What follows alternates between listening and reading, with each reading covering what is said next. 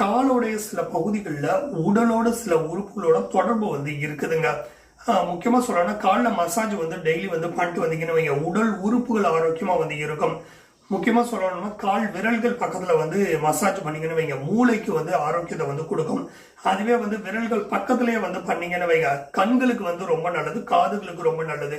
மேல் பாதம் சைடு நீங்க லேசா மசாஜ் பண்ணீங்கன்னா தைராய்டு பிரச்சனை படிப்படியாக குணமாகும். நடுத்தர பாதம் பகுதியில நீங்க மசாஜ் லேசா பண்ணீங்கன்னா இருதயத்துக்கும் நுரையீரலுக்கும் ரொம்ப நல்லது.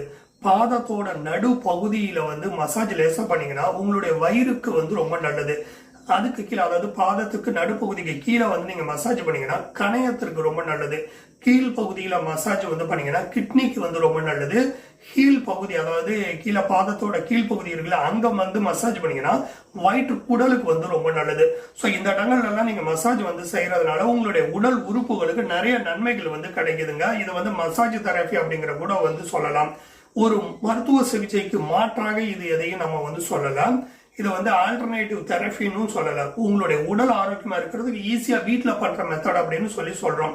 ஸோ காலோட தொடர்பு இருக்கக்கூடிய புள்ளிகள், கால் பாதங்கள்ல இருக்கக்கூடிய புள்ளிகள் உடல் உறுப்புகளை ஆரோக்கியமா வச்சுக்கோங்க.